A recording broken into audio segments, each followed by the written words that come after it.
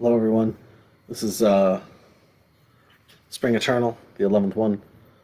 Ladies and gentlemen, I, of course, Richard Millett, the one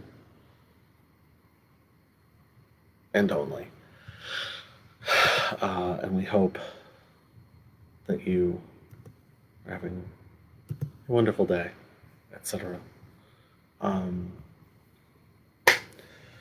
As we come close to the end, next week shall be the last episode or edition or performance or broadcast or whatever you want to call it of the Spring Eternal series. I think spring actually ends a couple days before that, but it was originally going to be 9. I wanted to do 12, and so here we are. So let us get going. This is, if you have watched these before, you will know that this is a poem by Charles Olson. It is called I Want to Know. We drink or break open our veins solely to know. Hunger drives me onward to feel all of the skin. The thrill of the knowing has me out of my brain, and I want to know. Into our eyes, hundreds of flashes cause us to feel the life in the sky. I want to know. We drink or break open our veins solely to know. I want to know. Please let me know. I have to know. I want to know. I want to know.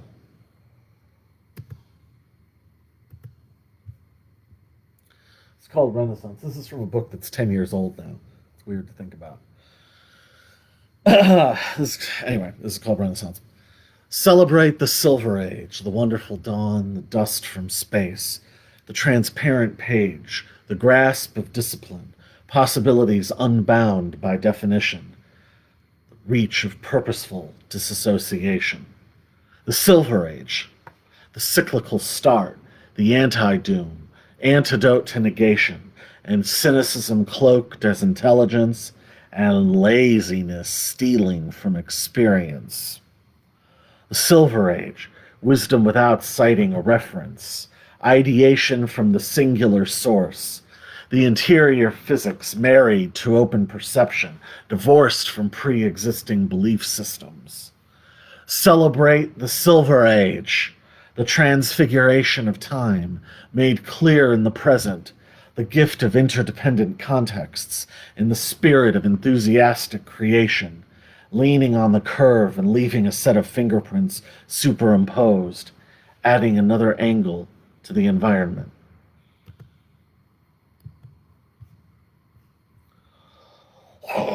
Excuse me.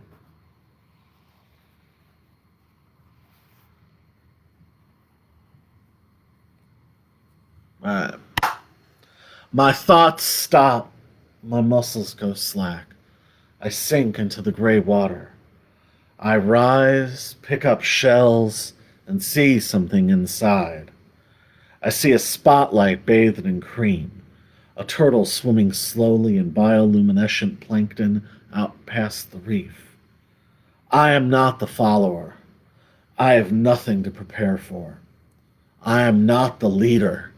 I've got no form. At this moment, I'm no one's son, except for my father's father's father. My head stays underneath. No new oxygen, but for the time being, I've got everything that I need. I am not the follower. I've got nothing to wait for. I am not the leader. I'm just being born. At this moment, I'm no one's son, except for my mother, the clouds, the sun, the land, the water. All is one. All is one.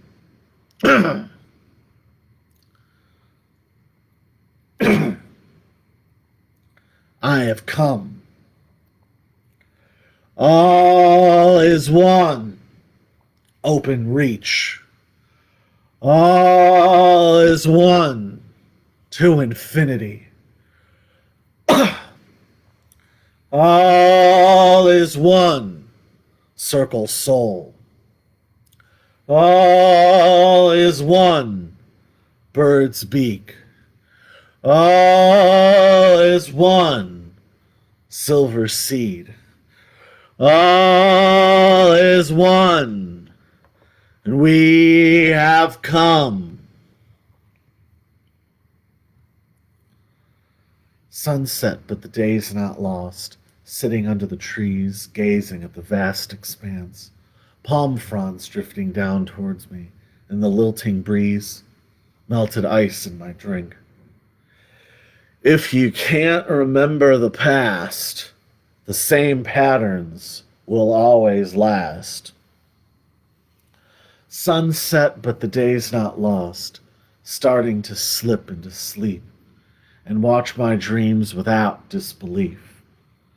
But I drag myself off the beach through the unseen black and green and have a late dinner in the canteen.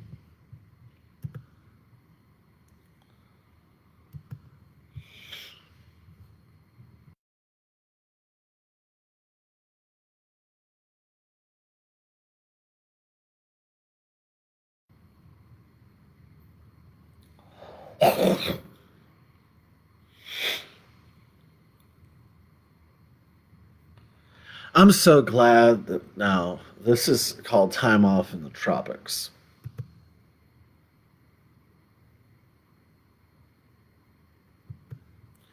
I'm so glad we could take some time off in the tropics. I never thought I could afford it. The wind is hotter than it's ever been, and I'm not uncomfortable at all. The water pulls us in, and my hair is a flower. Playing in the sun, push yourself into the quiet rays. The sun is so warm until the end of the day. I'm so glad that we had this time off in the tropics. So used to saying that you can't have nothing. The rain is coming quick. The cabana is empty. I can see the leaves falling from the power of the storm. The hotel food is fine. The kids are running around in the hallways. The sun is so warm. Enjoy the sand in your feet. Play in the sun. Play in the sun. Push yourself into the warm rays. The sun is so warm until the end of the day.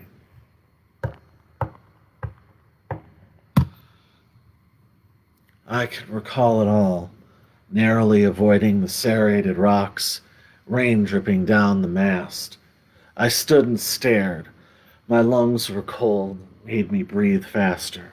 My leg jumped in time, a sign of my exhilaration. I lost my name, and that night my face changed. I was stronger, much stronger, after I docked. I'd walk by myself. I didn't need to talk. I had lost the need to talk. I picked a plantain off the tree. I picked a pearl from the conch. Kept some coins, but gave away my paper money. I found a knife on the ground and saw my reflection in the blade. Nails grown long and my beard grown scraggly, my hair pinned at the back of my head. I waded off the shore and caught a fish with a sharpened stick, sliced off the scales, peeled back the skin. I quickly leapt over the sea snakes upon my return.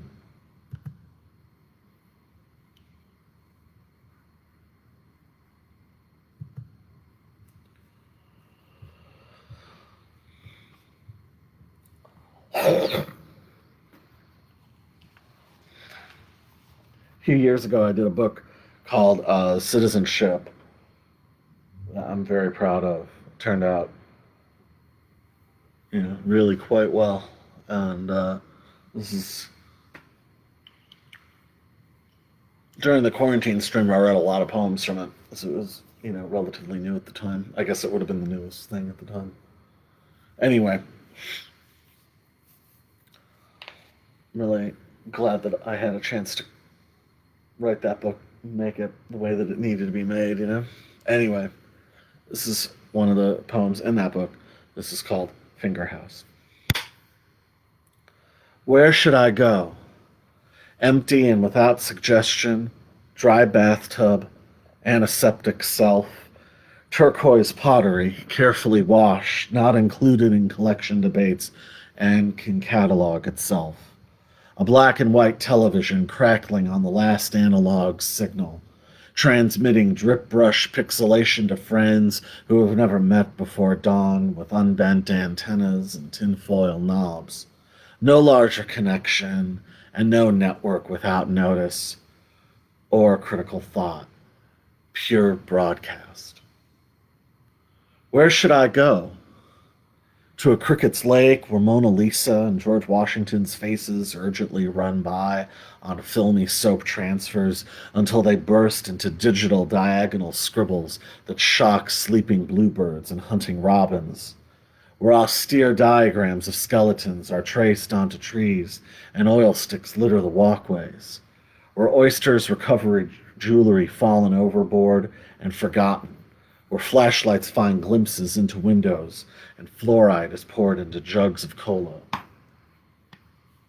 Where should I go? With a shopping bag full of batteries, returning to a stolen bike to its parent company, walking in between unclean delivery trucks in need of repair, while raw-toned steel whistle air floats on wisps of strawberry hair, and accelerated voices and nonsensical 10-second annoyances. A magician perfecting an illusion which ends with them curling up and sliding down a tree, then pretending to be asleep, while assessing what the crowd seems to think. Then a throne is carried on, seating a man in a parchment crown and wrapped up in beach towels. Where should I go? Into a kitchen with aluminum knives and nurses in white lab coats and blue rubber gloves, rolls of tissue paper and unfolded T-shirts and personalized engraved nameplates. Where should I go? Knees to the chest, laying on the cool ground, scissors, heels pressed together, toes toward the sun, back to the cool ground. Damp handprints on mosaics.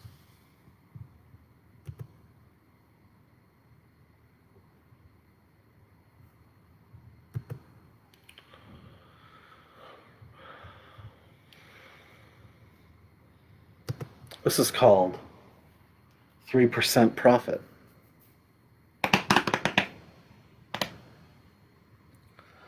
Excuse me. We like this one. We like all of these.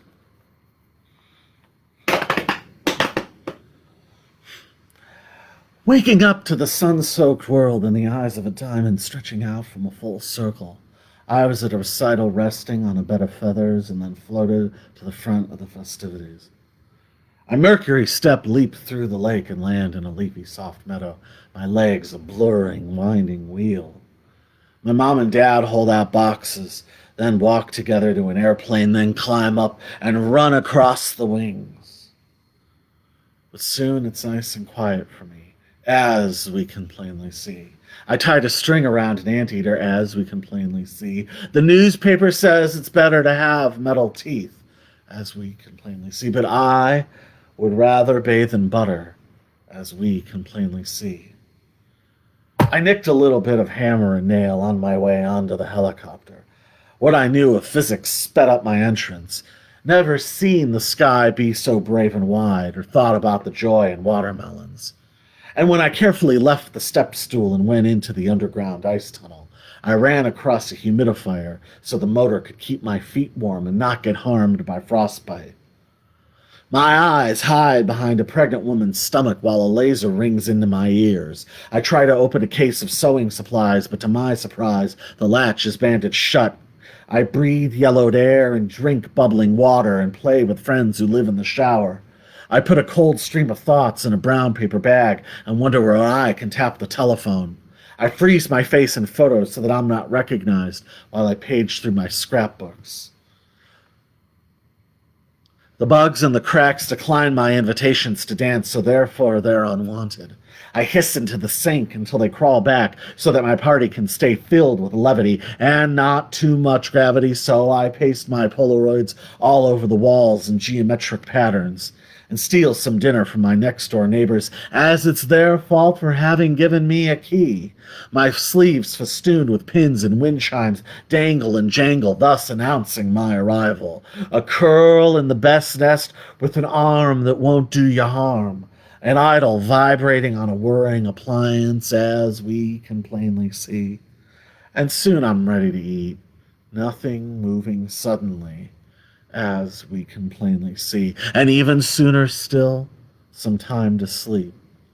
Here's to a night of pleasant dreams, as we can plainly see. It's called Venus. From a book I did in 2009 called Present. I like that book quite a lot. Ho, ho, ho.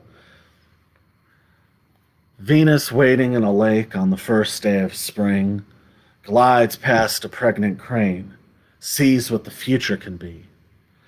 Venus, waiting in a lake, picked ripe fruit from the trees, pouring petals in the water, splashing along with her baby. The sparrow takes flight. Arise as it arrives. Venus, sitting stringing pearls for her beloved girls, walks to where she's sleeping on the deck, kisses her on the forehead. Venus, swimming beneath the sun, can speak earnestly with anyone. Sparrow takes flight. Arise as it arrives.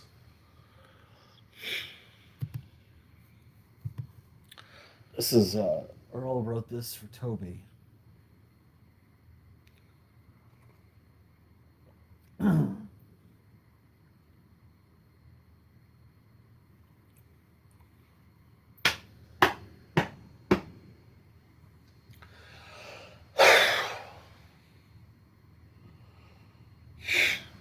Wrap my hair in a shawl, sitting deep in fall. My hands are cold and my knuckles look old, just like yours. The YMCA and Beautiful Day Records, walking through Lyons, walking through Brookfield. On our way to the music loft, my creaking guitar case, lots of snow.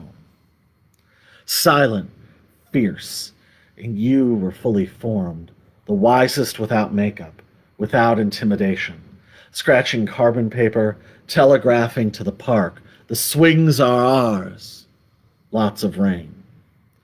Dyeing your hair black, lipstick again, you wrote and I read every word and it all made sense. Most of it still does. My fingers got dark from the ink, vegan Rice Krispie treats that I'd never eat. And in between afternoon and evening, it got very solemn, and we love ridiculing it. The crane lamp over my bed when the depression would finally end, going to sleep, excited for the next day, completely calm, knowing that we were special. Waiting for a ride. We evaporate, we exaggerate. They'll really never understand. They didn't even like our band. Silver comes into my room, and I don't want to sleep anymore. Silver comes into my room. Silver comes in beautifully adorned. Sunrise on the Caina Islands, watching from the shore. Take a picture so I won't forget. Sunrise on the Caina Islands, drawing with my eyes. Save it so I won't forget. Azure bird observes the river in its shimmering glow. Ranulph finds walking across the sail while filming the sky. I don't see the bell, and there must not be one. The lane and land both bend to shape the horizon. Watch the jungle in a silver play. See the jungle when it's wet with rain. But darling, until you're home again, you belong to me. Sunrise on the Caina Islands is eclipsing time. Save it in a flash of light, drawing with my eyes.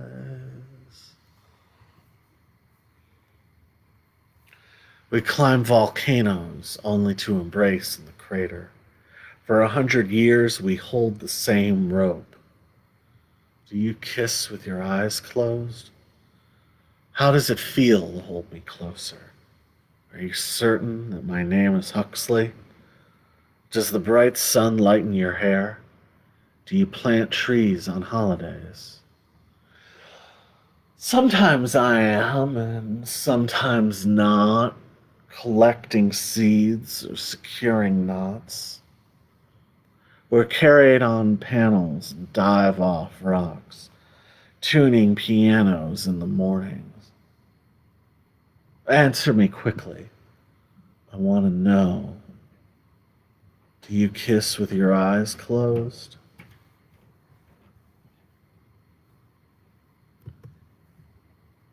Jesus.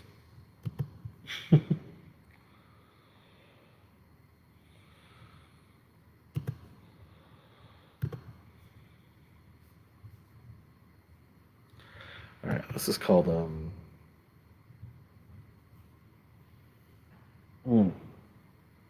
mm.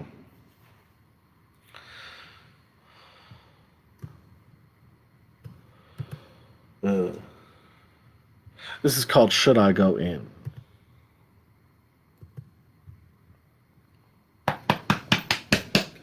The silver pepper mill whispers to the hammer that she's an airport. And though she never really shows anybody, I still know that she's an airport.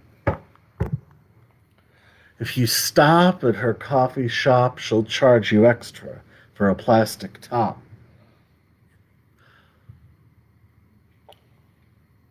The well-water ice cubes have heard this tale told before, but she's an airport.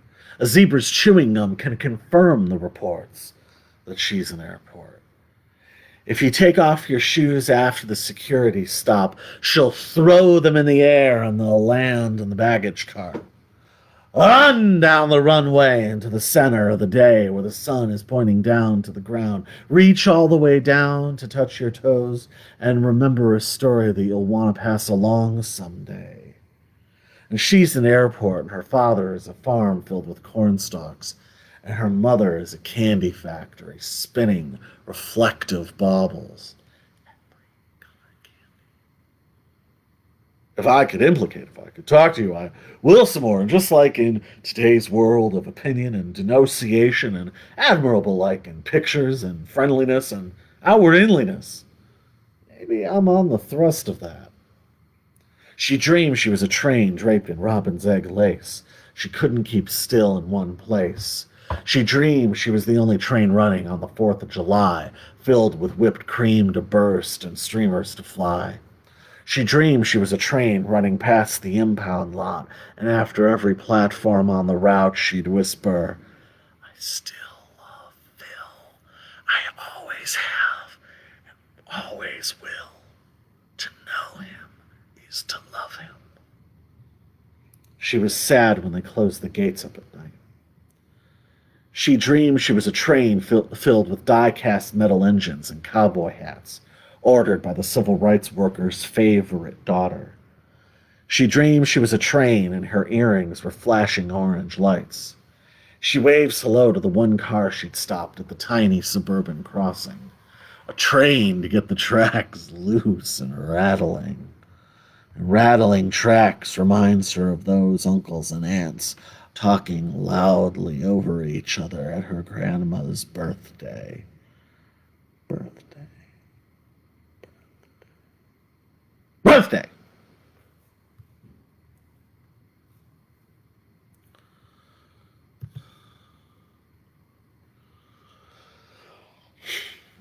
Doing okay out there. Beautiful.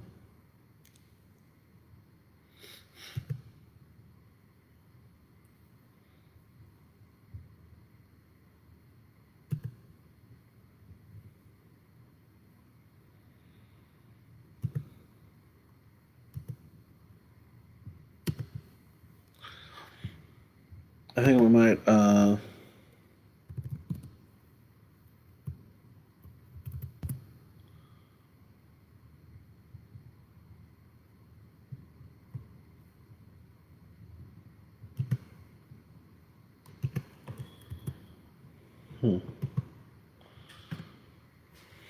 we'll leave well enough alone. All right.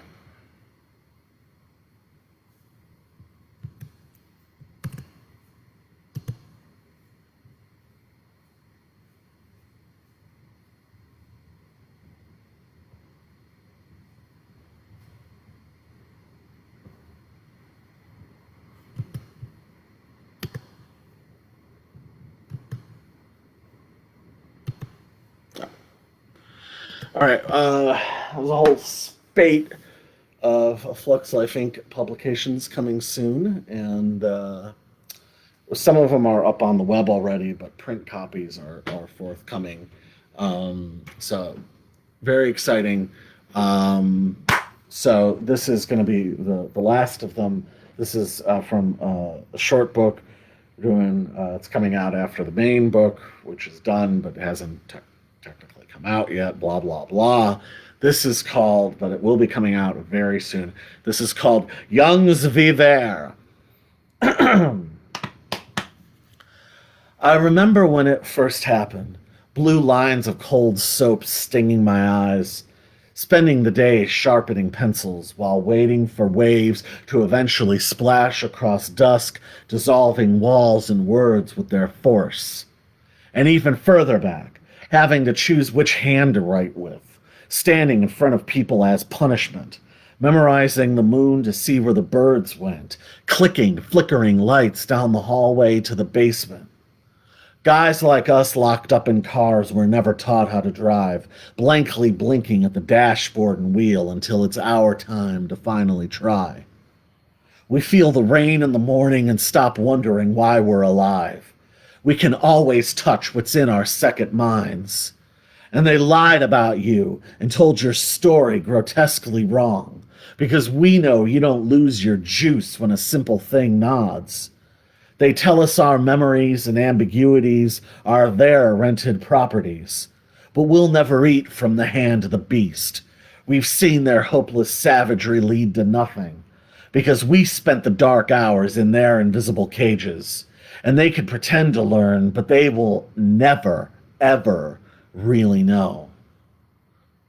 Guys like us taking wild turns, ignoring warnings about blind corners and peering through doors. Guys like us driving home late on a Friday night, avoiding being seen, changing lanes towards the promise of paradise.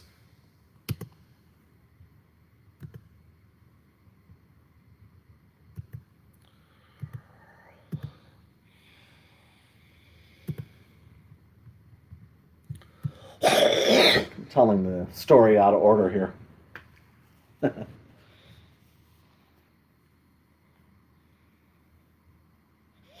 It's a story that I'm happy to tell. I'm very happy to tell.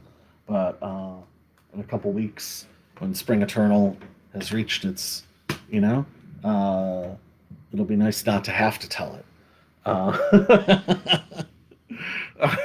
I'm looking forward to not telling this story any longer. But it'll be cool to move along from the story. So lots of other stories to tell, right? All right. It's called Naked in the Sand. Standing in the shower, listening to the reporter on the radio recount the details of how he wrote his latest run of well-respected articles. Silly things that were said, what you normally forget are what we use to create something we coined a forensic resurrection. Nobody knows how to tie the simple knots that I know. What they thought was evidence of a UFO were just streaks of antifreeze in the snow. The reporter reiterated that one successful story can take as much as 3 years' time, and that there's no greater gratification than being honored by your peers on awards night. They found him naked in the sand, Vaseline smothering his left hand. He'd already blown hundreds tipping strippers and thousands on room service meals and hush deals to keep the front desk girl quiet about what he'd done with the towels. As a saint, he could never realize that how you spend one night doesn't determine your way of life. Reverse gentrification. That's so stupid, the reporter said while wearing a denim shirt under a suede vest. That's what used to pass for journalistic integrity, I guess. The translation of what the guy was singing in the exhausted chanson was, "Any stick you want to beat me with is fine. I don't mind." The reporter said, "I'm only out for one thing. Someone whose head is round as a bowling ball and smokes their shame before getting hung up on by two inconspicuous guys, notable only for their new sharp suits and what were obviously pasted on novelty facial hair." He used his winnings to lease a car he had covered in polka dots, though when the auditor pressed him for specifics, he couldn't remember whether it was his or not. They apprehended him naked in the sand while he was arguing with his bank about how much he was getting charged by OnlyFans, his ignored lunch being consumed by birds and ants. The reporter dipped his thumb in iodine, wiped it on his sweatshirt, and said, "What in the hell did I do that for?" Then he took another sip of his coffee that tasted like crayons, hoping to have some luck looking through locks. He stared longingly at the contents of his underwear drawer, wishing he had a black mask and could march with Antifa. He yearned to field donation calls on behalf of PBS and resented being stuck making crumpets and tea for BBC US. And unfortunately, he was fingered on their steps while his students wept in silent disappointment and his great aunt sucked on a bit o' honey, pursing her lips in evident judgment and surreptitious enjoyment. They apprehended him naked in the sand. At least that's what his longtime agent said. He was fumbling for a cigarette and muttering that these idiots have no respect for talent. What else can be said but they found him naked in the sand, making demands in a country whose laws he could never understand, getting taken off past a hail of flashes, sending smirking, knowing glances to the twerking girls making a fortune selling their asses.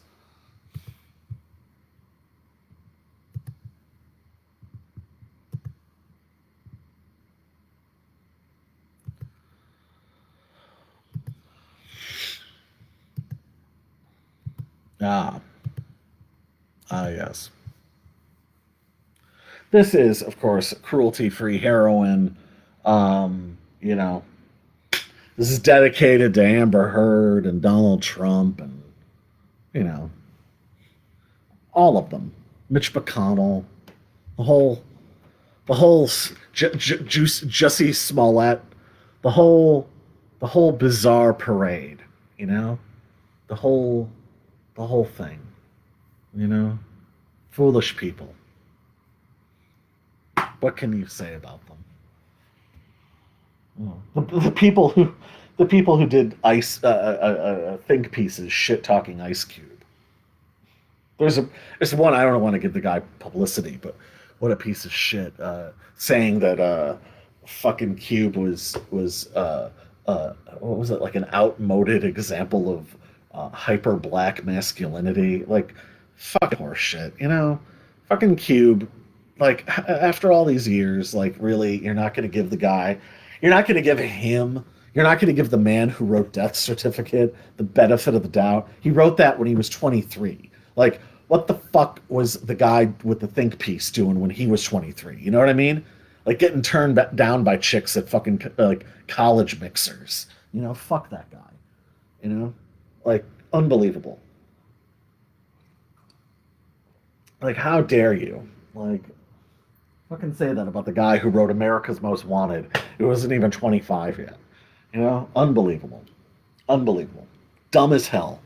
Arrogant. This is about arrogance, right? So yeah.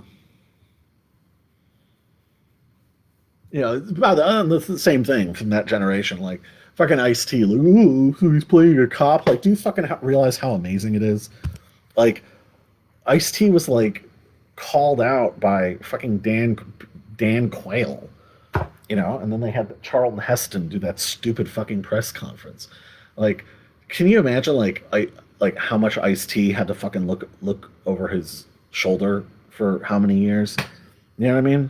Like fucking bullshit, you know? Like the guy figured out how to get himself onto Cheerios boxes. He's a fucking genius, you know? Like whatever, anything to fucking knock anybody down that's achieved something, you know? Again, Ice-T wrote the original Gangster album. What the fuck have you done? You know? Not you personally. We understand each other. You get what I'm saying. Fucking nonsense. So, anyway, on to it. When the Guardian goes mad, the sun rains against their eardrums, indistinguishable from Morse code tapping out on a copper plate.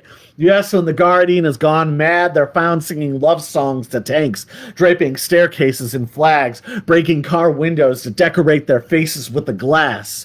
When the Guardian goes mad, they're captured pushing a pickaxe into an LED screen and detained for threatening to throw snakes at gas station attendants.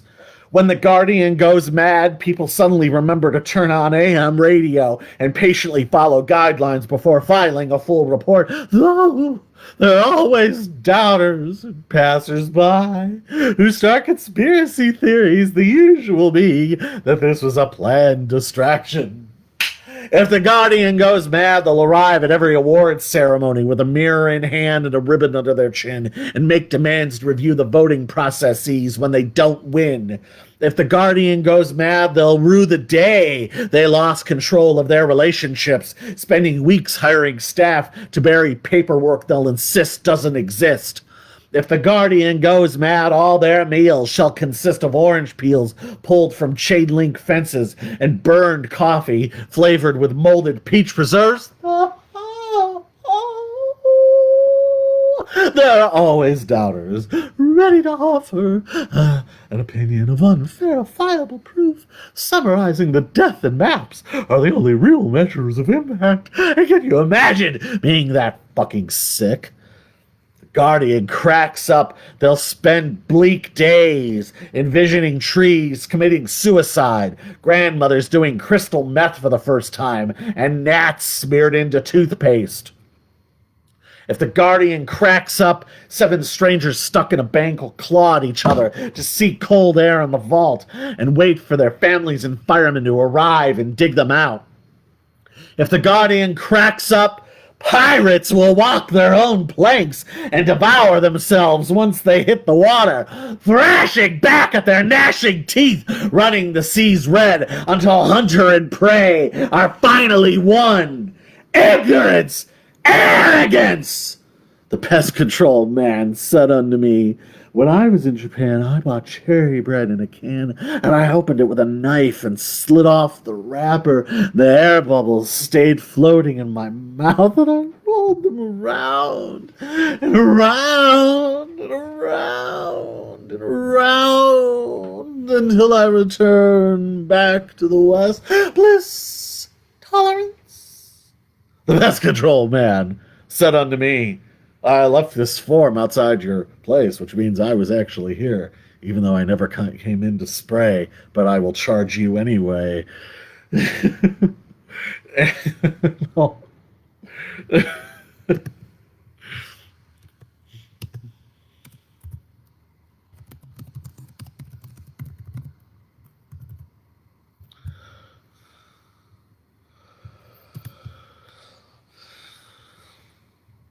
They don't do no good. They never be working when they oughta should. They waste your time. And they can't fix your brakes. You ask them, where's my motor? Well, it was eaten by snakes. You can stab and shoot and spit, but they won't be fixing it. I asked as nice as I could if my job would be somehow finished by Friday. Sometimes, he also said this. He was talking to him that day. Sometimes my apartment building turns into a vending machine and I get deposited out into the evening to provide goods and services for lucky couples with good taste and a few wandering dollars to together.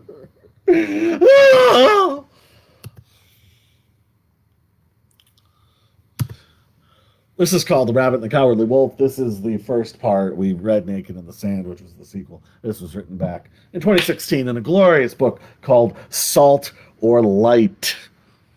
The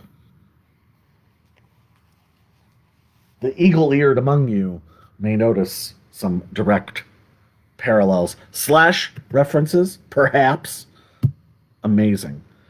Who cares? An angry, ingrown sore, spreading red and silently wanting the body, what body?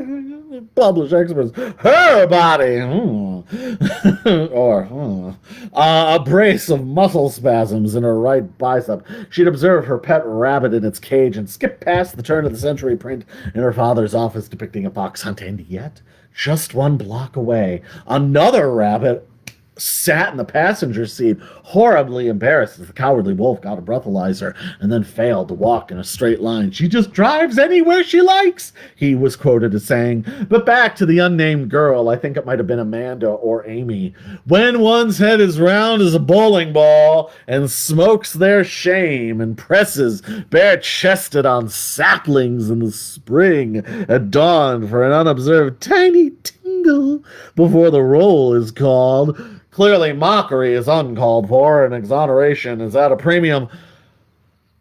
But we shall not allow for a violation of definitions, especially for one as important to this narrative as Amanda or Amy. No. Back to when the rabbit stepped down as the star of his own sitcom to attend to those personal issues that there had been so many whispers about, the cowardly wolf suddenly was left without something to watch, emulate, idolize, sneak in a quick jerk during the commercials too, argue with, get enlightened by, surprised by, study, evaluate, grade, rate, review, proselytize on behalf of, display obscure knowledge of, and obviously whinge that it wasn't as good as the early years, and that he would know since he was there before whoever he wasn't impressing. But since no other show gave the cowardly wolf the flood of serotonin he craved so restlessly, he grudgingly and pragmatically chose to watch reruns in perpetuity. And why not dress it up a little? For they could be revivals or even better, celebrations. A new institution, a part of our shared experience, an ongoing, mounting heritage. Television was ruined. The rabbit and cowardly wolf decided to intercept their favorite actor's private plane. You might take a moment and ask, if the cowardly wolf and the rabbit are well known and celebrities, why are they chasing another celebrity? That's odd, isn't it?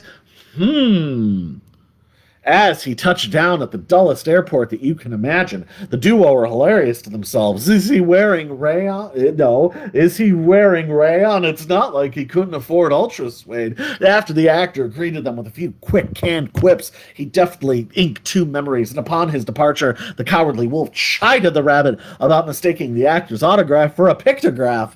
As they later sat in the 50s diner, their root beers run flat, the jukebox unplugged by the owner is something of a silent indication that perhaps they could leave and he could close up and get back to his wife. You know, his wife laying there on the couch at home, just wearing an apron and nothing else underneath.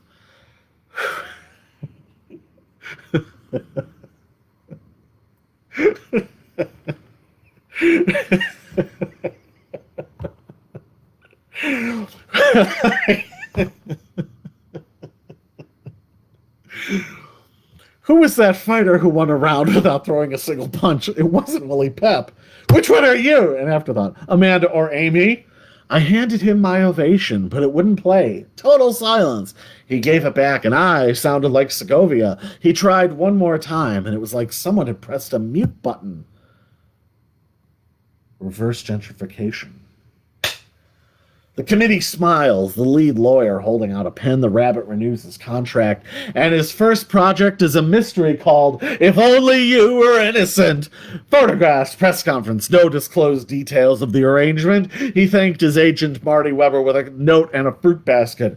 The rabbit's people punched up the script with gems like, "Son, you're a born fact checker," right down to the letter. "Hi, I'm Fritz Cagey. And corporate landlords are afraid of me. I'll sell my secrets because I don't care." And yes, the tried and true catchphrase that's been emblazoned from t-shirts, sweatshirts to coffee mugs, coast to coast, sea to shining sea. Only dogs try to understand things. Meanwhile, the cowardly wolf had disappeared for 4 days to investigate a garden. He had wanted to make a biopic about himself, but he couldn't secure the rights. The rabbit and cowardly wolf slumped drunkenly against the back wall of their town with only the moonlight reflecting off their wine bottle. Neither the Heroin butcher's wife nor the laborer pounding spikes shall feel a rigidity known in the necks like the mechanic's racks that feels nor floats a lodestone on the banks betwixt a bell end and an alarm clock. Do you think it's wrong to contradict yourself, seasick, since you are no longer allowed to enjoy a glass of water? You know? Keeping it loose. Real loose. The cowardly wolf mumbles a roar as that goddamn kid is taking his seat on the train again. Off the rails with that wretched decade. Then the remorse, the introspective post-mortem, the fashion, the architecture, the music, media, technology, indecisive broad gestures, sweeping changes of the subject, conflating, placating terminology with warm sentiment. The cowardly wolf appears to ignore the newsfeed. Deeply flawed, archaic, downright prehistoric. Dances over the line of self-parody so often you start to lose the ability to tell the difference. Pedestrian at best. An obvious forced version of what he used to do so effortlessly. Personally, I really miss Amanda or Amy. The rabbit and cowardly wolf get x-rays together, paw in paw at the clinic. Nothing's broken. They just like the way their jewelry looks against their bones in the photographs. At the ballet, the view from the private box is undisturbed, and the rabbit relaxes and holds a bucket of carrots. The cowardly wolf watches him gnaw. They bought tickets using pseudonyms and are now wearing new suits with contrasting fedoras and little pasted-on beards. In between acts, the cowardly wolf yawns, "Must they always?" which the rabbit doesn't hear, and then the lights go black again. The rabbit bribed a policeman, and the cowardly wolf crouched behind a bush, filming it all. And while both are smart enough to accept that this is an inherently artificial medium, they can't stand exposition disguised as dialogue, or arbitrary structural decisions, or the limitations of the budget, or when some exec wants to cast his nephew, who's really a good kid, just needs a way to break in. Amanda or Amy, I've always had such a high opinion of you. Save your dignity. Don't call the press. Preserve the essence of drama, the command, the show that intermittently ends and begins.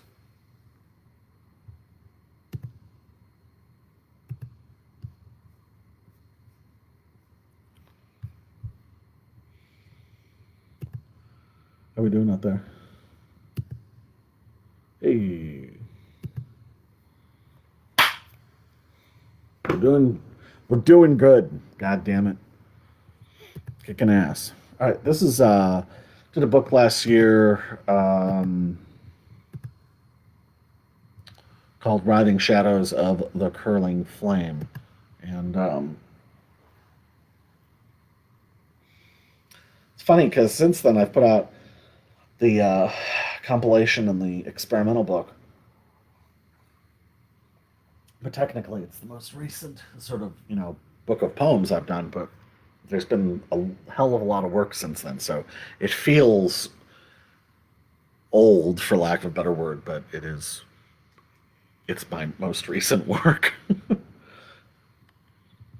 depending on how you keep track of these sorts of things. Anyway, excuse me, Jesus, disgusting. Anyway, it's called Red or Green. Standing shoulder to shoulder, their backs against the obelisk which marks the exact center spot of their native island, Ellery questions why he accepted this invitation from Orla, a woman who used to only speak to him in passing, passive phrases, as her tousled, dehydrated blonde locks yank at the buckles on his jacket, and her voice now exhales ringing sleigh bells. Up Main Street comes a loose approximation of a circle formation, populated with drunken lorry drivers, whirling dervish dentists, pipe-wielding welders, and newly inoculated nurses who leer, howl, and rattle forks until they point and cry at planes flying by. Orla beholds this bedraggled throng with bemusement before her mind drifts to memories of eating escargot with her toes planted in the sand while her parents reminisce on the phone with old friends. Orla turns to admire Ellery's posture and pictures what he might look like in the shower once he takes that shredded shirt and those decaying jeans off. "Don't pay attention to them," Orla says to Ellery seconds after he decided to hold her hand. Orla relaxes and whispers, "We smell like the sun, and our snow tastes like salt." And as the circle disperses, Orla and Ellery know all they have to do to get home is wander long enough. These are the first 3 poems from the new book, Slaw Posey. It's done, coming soon, So maybe even digitally, perhaps, before next week. We'll see if we're really ambitious and on top of it. Anyway. This is in order, Shiroi, Murasaki, and Silber. I signed the guest book to see who else had been in the room. There were only 7 other names listed before mine. One of them was in your handwriting using a nom de plume. They baked bread, they baked cakes in honor of the decision, waiting for the door to open. Netanyahu and Abbas took pictures from a delivery truck after they weren't invited in. I measured how fast the water filled the sink and hid my newly cleaned brushes and blades in the soil of a potted plant down the hallway. How I could still hear some voices echoing, free weights being dropped into a swimming pool. Why was the second name crossed out? Sneaking around and pausing sighs? Yes, I remember when you walked on the water. I remember thinking that it was a trick of the morning. I remember a room full of hands stretched out towards you. I saw you open your eyes, wondering if you would ever repeat the moment. Turns out you did 4 more times. I remember when you walked on the water, and it wasn't a shallow stream leading to a moss trail. The memory is an object wrapped in monogrammed paper on a shelf. I was quoted in your speech, but later you did not recognize my face. You broke my concentration with your fluttering interruptions. You asked if I wanted to dance, then passed me off to your date. The dust from your cracked gasp landed on the shoulders of my tuxedo jacket. I could not have then expected the choir to pull out flutes and spend the night trying to find a tune to sustain a 21-part harmony. I could not have wanted a seat against the back wall where the wheels of the dessert cart kept rolling into me. How could you forget the poster of the pincer-nosed couple with bleached flower countenance and gleaming jewelry and full evening formal wear, holding tins of caviar, boasting they brushed their teeth with lard?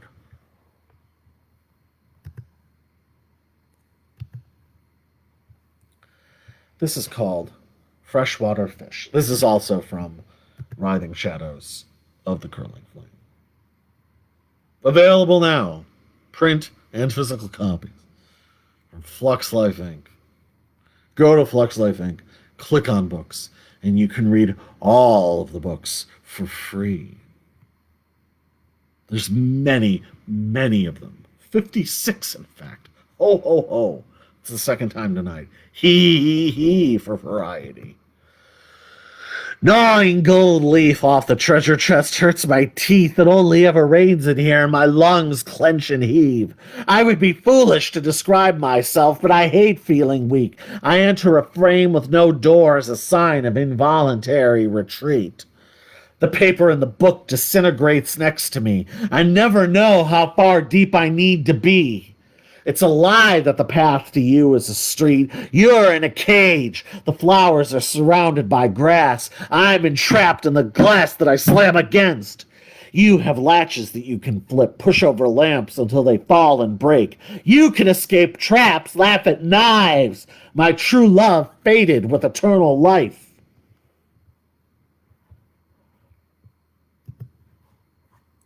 This is from the new book. It is from, lest you get confused about these sorts of things, it is from the point of view of a young lady who lives in San Francisco and is a bicycle messenger. That, I think, explains everything. It is called Remon Kori.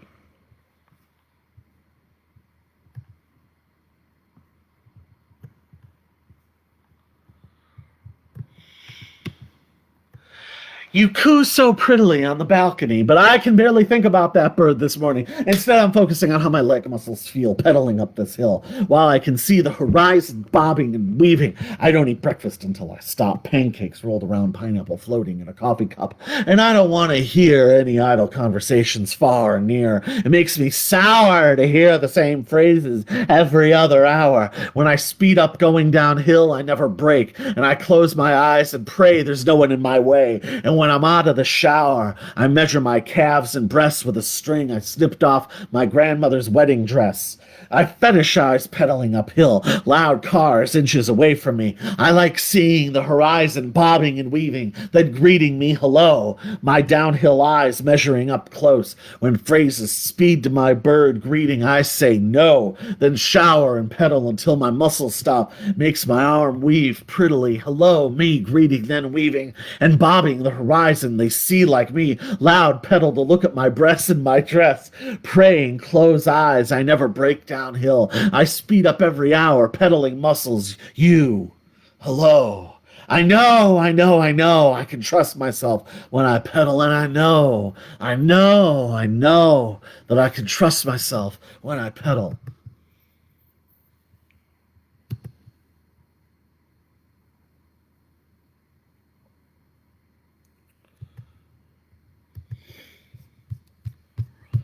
This is from Salter Light as well. Everybody loves this one. No, we like performing this because it needs to be performed. It's one of those sorts of things. We say the things that need to be said. Actually, we are going to close. We are going to full circle the one. Actually, we're going to throw one more in, and then we'll get to. This is called Investigating Mitsy. She rides around the merry-go-round, wearing satin slippers, chewing pink peppercorns. Her eyes are a miracle in the way they paint names in the minds of rain clouds. The lightning reaches out to introduce itself. The Queen of Atlantis draws filigree for the king while he's taking his bath. Bristling lips kiss the teeth of the key ring and lick ankles and mouth. She holds a bouquet of clarinets, wearing a lavender herringbone robe and nodding at buckets of soap. Her elbows hold her weight on the sand dune, decorated with still wet seashells and teacups, half filled with a treacle she pours onto tree roots. The Queen of Atlantis plans where the French and English will meet. The king eats suckling pig and excites the court over soaking his feet. Excuse me. And now we will do the poem from Salter Light. And, it's about so many things. It's I wrote this in 2016. The longer it exists, lives out in the world, right? The more it means, I suppose. Or at least it does to me. Maybe it will mean something or many things. Ooh. to you as well. This, of course, is called The Rabbit and the Cowardly Wolf. We've been hearing a lot from them and about them recently, have we not? And they just sort of seem to be everywhere. Ooh. Oh, The Rabbit, the Cowardly Wolf. Jesus fucking Christ. Sorry. It's... I apologize. Wrong. It's Would You Sell the Relics? I was... Never mind.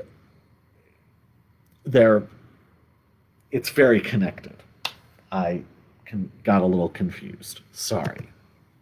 Oh well. You know how these things are. It's Would You Sell the Relics, not The Rabbit and the Cowardly Wolf. We already read that. All right. The general that only cares about tomorrow also expects everyone to echo the same expression, and when the general can no longer see the power of their influence, they try to exert control over any small set of circumstances under their command, while the brigadier general worries to no one if they need a transfusion. The colonel, who's concerned that not enough people's fingerprints matches theirs, requires a warning on the front page of each report, along with a summary cut together by a subordinate in a matter of minutes so they don't have to waste any energy generating any contradictory thoughts, while the captain enters their coordinates so their location is known and updated every moment, which leaves the captain free to make discoveries like the wheel or gravity, then sell their findings to the executives or campaign staff of their choice, urged by a strong sense of benevolence, a tribute to charity as a force. And the first lieutenant's unmatched love of history is proven by the pictures taken of their parents with Goebbels in Brazil in the 70s. And the second lieutenant's jealousy shows and grouses to one, "That's not Goebbels, it's clear it's Martin Bormann." The sergeant major that reset the standards of esprit de corps doesn't know the panic they'll feel a few short years later when they are urged out of the way, or that they'll become stiff with resentment and resolute in their calls for punishment and institute measures to monitor how the company behaves, while the staff sergeant writes on a photo of themselves, "The future belongs to you," and daydreams about collecting the remaining virginities from the sorority house down the road, and they already have the names, ages, and weights in a frequently updated database. Then the staff sergeant complains about commercials before content. The chief warrant officer who breaks ranks to research the order the alphabet was created in gets rueful about seeing themselves age and attending charity events, funerals, and hospital visits, seeing their face in the mirror more washed out than before, wondering as they write their commencement address, who will even be paying attention in the audience? Drinking from puddles, seeing what the sky says, not being able to read handwriting, as children each received a small puzzle. And to the private, it's all an eye roll, and all so boring and shallow. To see another round of legacy shut out by an offhand remark, the private doesn't ask any of the officers where they should start. What's the matter where rebellion is kitsch and trauma is Walmart? The specialist greets the private. They each think the other is a dilettante, and later the specialist considers, what's the matter where you have 1,000 followers and not a dozen supporters? Would you sell the relics?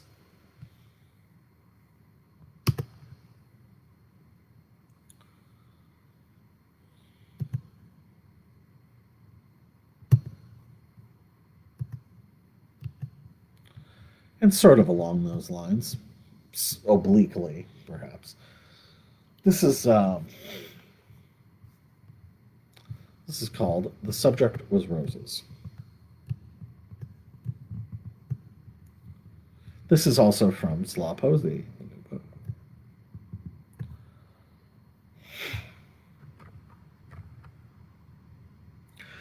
You were in a swamp, had all your clothing wrapped up, wondering how you'd survive the torrential downpour, while I was in a car, unwilling to start feeling the clanking motor make my wrists ache, and my ankles were already shaking, and I've got no directions anyway. I feel like I'm a jackal. My chin is fixed and my teeth are yellow, wandering the plains and eating birds out of holes in the ground. And you are your own last cigarette, stubbed out and smudged, flicked ashes ruining your raspberry leatherette purse. I resent the past and the ice that is trapped, leaking out only one drip every year. Your head's turned back so far it could crack, and the more time passes, you know that after me all that's left are empty glasses. I burst from the waterfall, sprung and partially grown, a proud green thorn sticking out from a brass and leather crown. You were always an eyebrow with a gold hoop pushed through, colorless scar tissue you paid a surgeon to remove. I will be the key, etched and preserved immaculately, in spite of the claims you'd be more helpful as a cloud of steam. You have a cataract and can only react to the terms of a contract by hiding it under handfuls of untraceable hairs. And I said that I am a fact and can no longer reflect on frames speeding so fast they appear for years as closing motions of wavering poses. The subject was roses.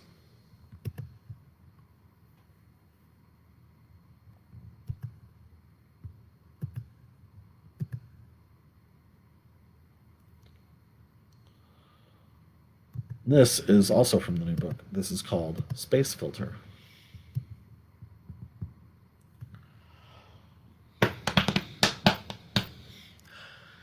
He was one of these fuckers with a television face, long, thin membrane fingers, 4-foot legs, and gray veins. You could see the channel change when his skin was peeled. His accent was badly pixelated tornadoes flown in from old movie posters. They love like Miraculans spiking the water supply. She reads her monthly statements and hopes she'll get a surprise. She wins a hula hoop contest and sprinkles talcum powder in her eyes. Lies when interviewed in a sterile room by a queen without a kingdom, crown, and jewels, festooned in a barren womb, carriage wheels on layaway. Her pussy is waxed on the 10th moon. She threatens to sue over any ingrown hairs. She bites the heads off sparrows on her morning runs, then keels over and gets a warning for flashing a school bus. Their love is like the time they sprayed DDT into a restored chapel. She urinates, then masturbates with the corner of a biography about Ivan Boesky. Dr. Weather surveys the results and reports to the board. After careful observation and consideration, she finally found the holes in the thinking she'd been hiding. And that's when I knew she was pretending. She was pretending to understand. She was pretending. She was pretending to be a man. And Dr. Fran makes a casting call. They talk in breathless circles about a saxophone player who won't blow a note without making double scale. They stand under paisley awnings in the spring rain. They go up and up and up and up and up and up and up, and they pay attention to what the sky tells them. They have regression therapy from the bottom of the ocean. She says to Dr. Fran, the ocean is the most wondrous, large, indefinite amount of all. And the ocean makes Dr. Fran shiver. Does it make him shiver? Shivers? Shiver? Does he believe that the water will withstand his rubber raincoat? She complains to Dr. Weather. The water is dry beyond belief, to which Dr. Weather replies, down, down, down into the darkness of the water. He slides gently, the wet wetting, the scorpion palms. Gently it goes, the numbers fall and rise. The checkerboard needs its companionship, the wondrous pigment of the ocean ever-changing. She is destroyed in a moment she immediately forgets. Dr. Weather regrets never answering his phone. Dr. Fran mourned the lonely little large lake. She comes on the faucet and asks, does the lake make you shiver? Does it? The first time she was shown a dick, she asked if she could touch it, and he started singing A Whole New World, to which she laughed viciously and delightedly. He sees billboards that sicken him despite his noblest ideals. To see these fat fucks celebrating their lowest selves makes him want to fucking drive straight off the road and maybe land in the front door, take them all out. He wanted to do that back when they were lining up 10 years ago, too. And one of his friends said, what would ever make you want to do that? The fact that he couldn't understand meant that they probably could not be friends. Dr. Weather comforts him that it's all right to get sickened, and it is all right. Anger is an energy. Why would you think nautical navigation is neutral when navigation is the wettest waterfall of all? Down, down, down into the purple, tangled purple of the pigments. Gently it goes, tearless and quite possibly rainless.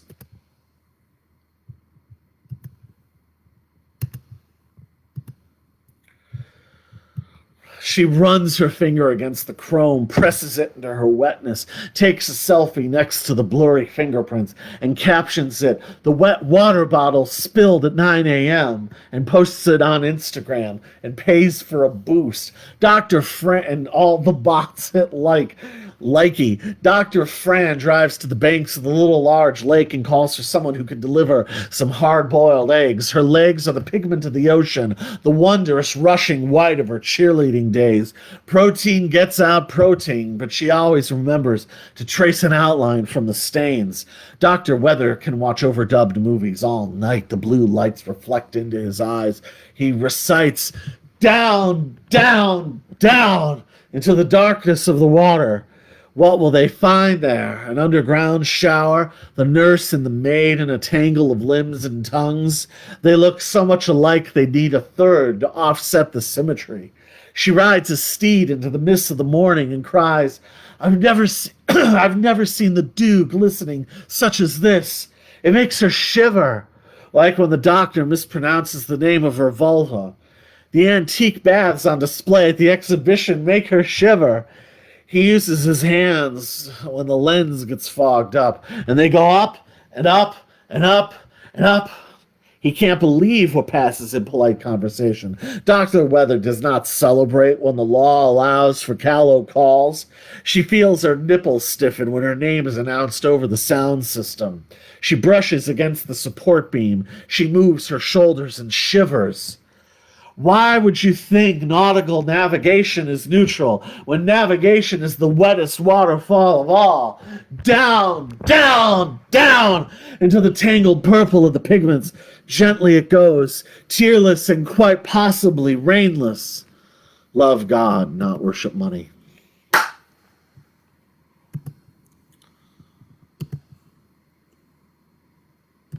This is called Dance the Night Away. A blue wave sprayed gently onto the window. It remained an unfaded crescent, reaching over the rooftop. Birds flew through untethered. Droplets yawned in sonorous applause. The shape succumbed, giving way by matching passing movements, as when water splashes in the sky. A maypole stands unraveled while a sunfish kisses a butterfly. The fences were then a canvas, soaked tissue paper sprung over electrical wires, fragile forktails freshly shaven, as bronze tiger beetles glanced up at the heavens. Dance the night away!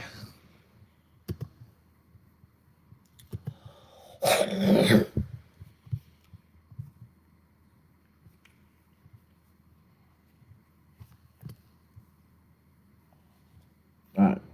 This is room service. They arrive every year this time. They put swimsuits on, they tell jokes and get the punchlines wrong. We set up the continental breakfast and watch the elevators come down. Before the wake-up calls, we're cleaning the halls, and the tables are heavy. We vacuum the lobby. The rest of the morning, we're washing silverware and folding towels. And I have to work a double tonight. I'm tired, but I don't mind. At least I'll get some overtime, but by 9 it seems like this shift will go on forever. Because it feels like I'm living in a non-stop dream. The lights are always on. I can't sleep or run away, because I'll get in trouble. I can't believe they stiffed me on a tip. I carried their luggage to the street. This is real, so bite my lip and don't ever look back. Don't ever look back. I get so frustrated when they ask me to repeat things because of my accent, then say it's so cute the way you speak, and I have to listen to some woman complain about the thread count of the sheets. I don't want to work tonight, but I really don't have a choice. I have to make what I can now because I won't be young forever. Because it feels like I'm living in a non-stop dream. The lights are always on. I can't sleep or run away because I'll get in trouble. And I can't believe they forgot to fill the pool with chlorine. Second time this week. Not my job, but they still complain to me. This is real, so bite my lip and smile politely as I can. Yes, I understand, ma'am. My heart really gets racing when their kids throw things at me, and I can't wait to go home tonight. But it'll be okay, because it's either this or the Spoon Factory, and I can't wait to go home tonight. And this is our last piece of the night. This is called Rubber Buttons.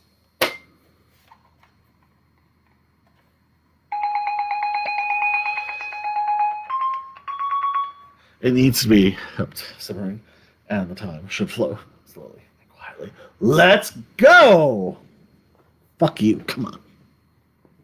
Ridiculous.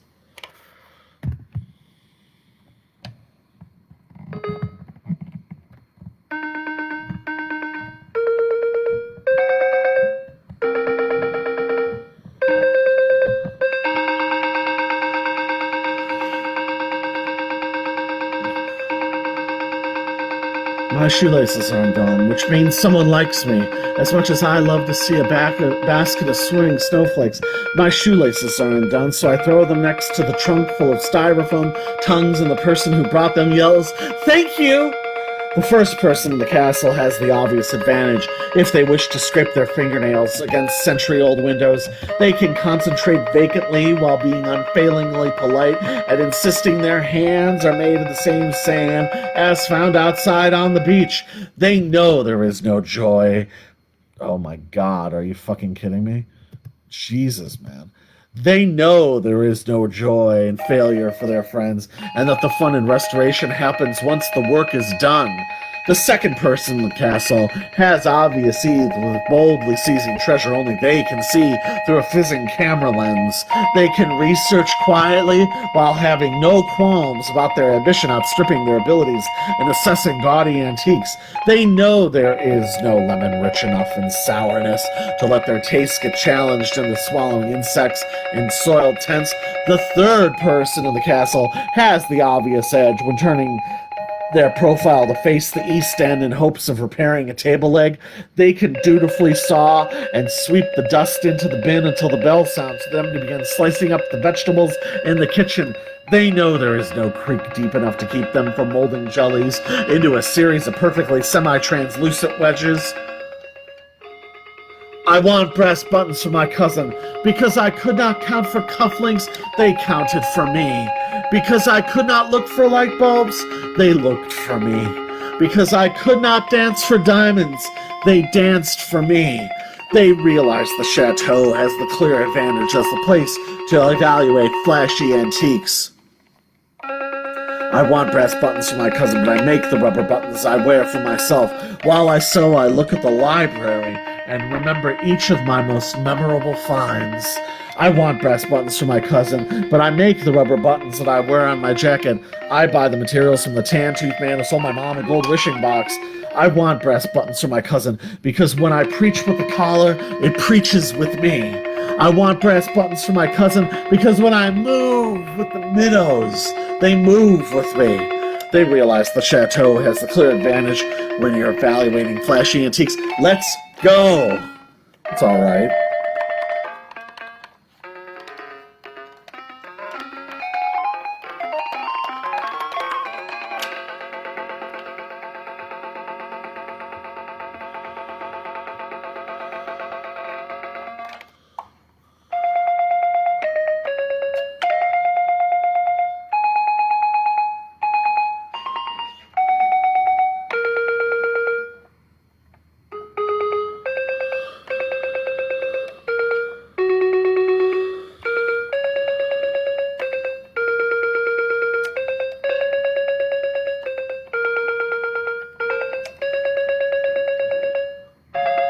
My shoelaces are undone, so I only walk sideways and photograph a purple plum terracotta planet with a flag with the red eggs hanging out of it.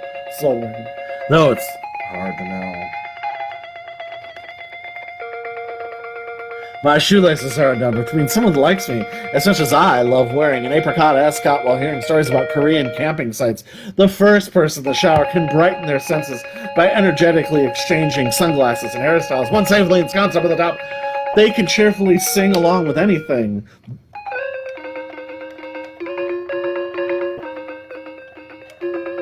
Though they prefer Caruso and ragtime to songs that they already don't know, there is usually a fixed point in the distance for them to focus on, things such as a helicopter or a hawk taking off shortly after dawn.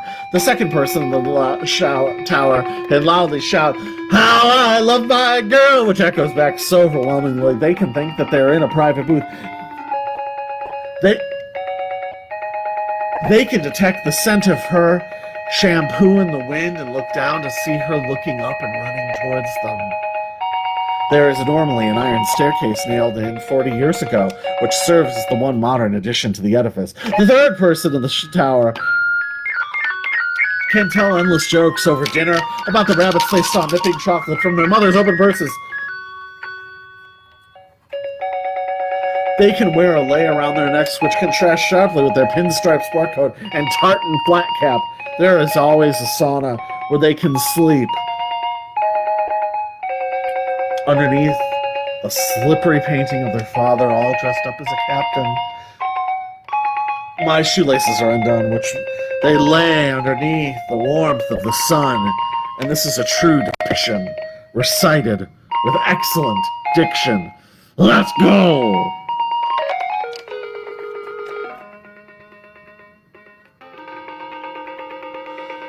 And now I recall other memories. Yes, I do. From walking around the castle, the humidity kept at bay, clouds letting loose, only hints of rain, and vines intertwining across each other. And each new flower that blooms is another gift for the dozens of bees, in love with the newness of June, and it's all on top of my eyes.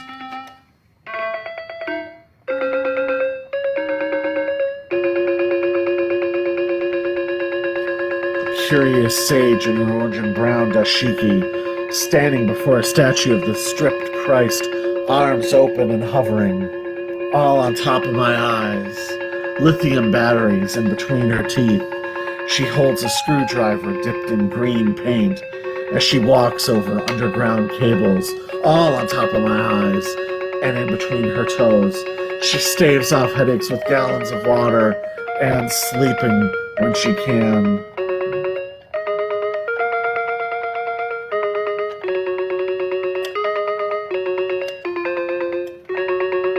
On top of my eyes. The swells of excitement are just one continued drone. Close concert of ideas. Stretching fingers. You did a great job today. Devoted. Seriously. All on top of my eyes.